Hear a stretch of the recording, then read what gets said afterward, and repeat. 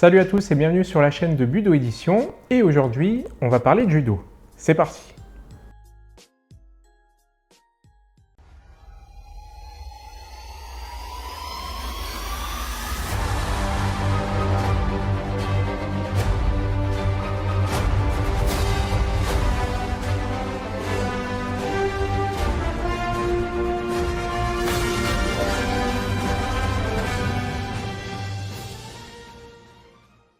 L'ouvrage que je vais vous présenter aujourd'hui est le fruit du travail de deux auteurs, Tadao Inogai et Roland Abersazer. Il fait partie de la série des ouvrages pratiques. J'avais d'ailleurs déjà présenté sur la chaîne de Budo Édition le ninjutsu pratique, le kung fu pratique, et vous avez donc aujourd'hui le judo pratique, qui est un autre ouvrage de Roland Abersazer à propos de judo. Alors, c'est un ouvrage volumineux, c'est une véritable bible du judo qu'ont réussi Tadao Inogai et Roland Abersazer, puisqu'il y a à l'intérieur de cet ouvrage à la fois les aspects théoriques mais aussi les aspects techniques du judo. Roland Abersazer revient dans une première partie sur toute l'histoire du judo, que ce soit au Japon mais aussi en France. Il revient aussi sur les aspects fondamentaux de la pratique, sur le dojo, sur le salut, sur le rituel, sur tous les aspects qui constituent le judo. Et ensuite, vous avez une grande partie technique avec toutes les techniques du judo, les 77 techniques de base, puis des séries avec des prises, des contre-prises, des enchaînements, des combinaisons, le judo au sol. Donc il y a dans cet ouvrage une véritable exhaustivité à propos du judo, de sa pratique, de sa technique. C'est un ouvrage très complet qu'ont réussi Tadao Inogai et Roland Abersazer.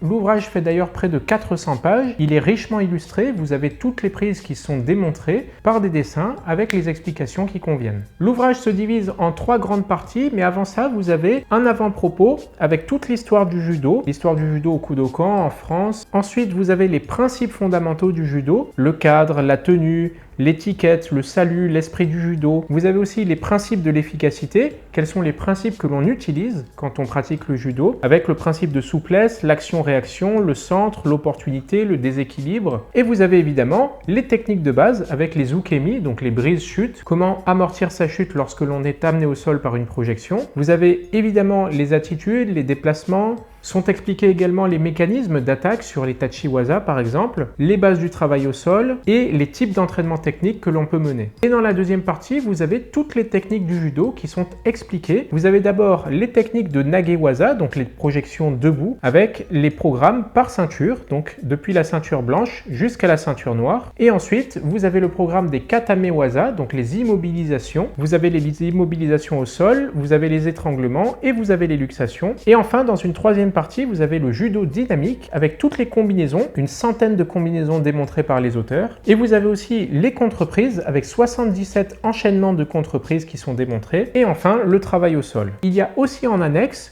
de nombreux sujets qui sont évoqués, par exemple la culture physique du judo, les grades, les kyu et les dan, la progression française d'enseignement, les catégories d'âge, les catégories de poids, les extraits de règlement des compétitions, un mot sur la Fédération internationale du judo, les termes d'arbitrage, et enfin vous avez l'index et le lexique des techniques japonaises et des techniques décrites dans l'ouvrage. Donc c'est un ouvrage très complet, comme je le disais, avec l'ensemble des techniques du judo qui sont démontrées et qui sont expliquées. Les auteurs reviennent sur les principes fondamentaux, sur les déséquilibres, sur les immobilisations, sur le travail au sol, sur les enchaînements, sur les contre-prises. Donc c'est vraiment un ouvrage très complet qu'ont réussi les deux auteurs. Voilà, je vous montre quelques exemples. Donc dans le judo de base, vous avez des techniques qui sont démontrées sous la forme de dessins explicatifs. Vous avez l'enchaînement des mouvements qui est démontré et vous avez évidemment les explications des auteurs qui sont des spécialistes de la pratique du judo. Bon, j'ai plus besoin de présenter ici Roland Abersazer, tout le monde le connaît. C'est un grand spécialiste de la pratique des arts martiaux. C'est quelqu'un qui a passé sa vie à écrire des livres sur les arts martiaux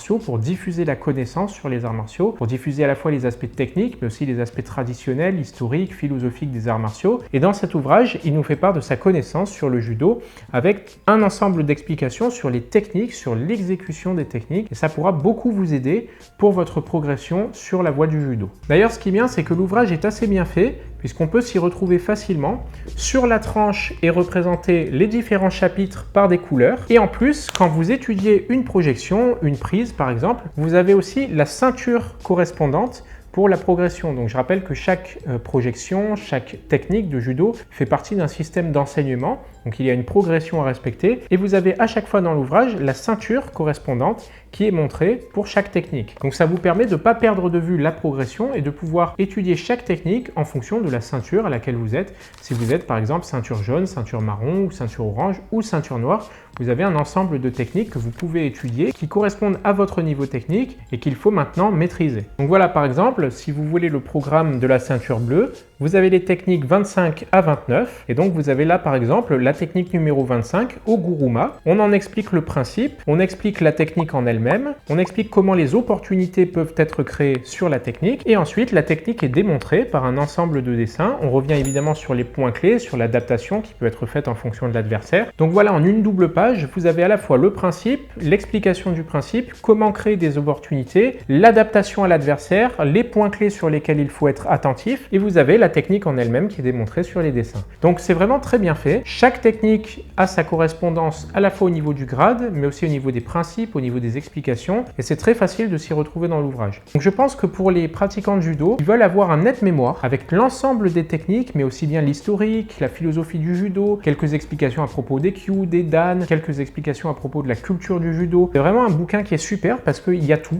dedans en réalité. C'est 400 pages, donc c'est assez volumineux, mais c'est un bouquin qui est assez petit et qui reprend toutes les connaissances que l'on a actuellement à propos de la technique du judo, mais aussi à propos de sa culture. Donc c'est vraiment un super bouquin qu'ont réussi Tadao Inogai et Roland Abersetzer. En plus de ça, le livre est vraiment bien fait puisque vous avez d'abord les techniques de base, donc les 77 techniques de base du judo qui sont démontrées, et ensuite vous avez les enchaînements, les combinaisons, les contreprises, donc on ajoute à ça petit à petit de la stratégie et de la complexité tactique et technique. Pour les gens qui pratiquent le judo en compétition, ça peut être vraiment un élément qui est très intéressant et qui va vous permettre de step up, c'est-à-dire qui va vous permettre de passer un cap pour la compétition, de pas seulement avoir la connaissance des techniques en elles-mêmes, mais d'avoir la connaissance de l'utilisation de ces techniques dans le cadre d'une compétition réglementée. D'ailleurs, je parlais de la progression française. Vous avez en annexe un chapitre sur la progression française instaurée par la FFJDA avec le principe général, mais aussi la progression pour chaque ceinture. Donc vous avez pour chaque ceinture les projections qu'il sont nécessaires d'étudier et de maîtriser, et cela jusqu'à la ceinture marron. Et ensuite, pour la ceinture noire, vous avez aussi quelques éléments qui sont détaillés pour chaque grade de la ceinture noire, donc tous les dan du 1er au 9e dan. Voilà, donc comme d'habitude, je vais vous mettre l'ouvrage dans la barre de description de la vidéo avec tous les liens qui vous permettent de le commander en ligne. Si vous voulez le commander sur Amazon, sur le site de la Fnac ou sur notre site internet budo.fr, vous le pouvez. Tous les liens seront dans la barre de description de la vidéo et je rappelle que l'ouvrage est disponible au prix de 32 € partout en France. Voilà, c'est tout pour moi et pour cette courte présentation du judo pratique. Je vous laisse et je vous dis à la prochaine sur la chaîne de Budo Édition.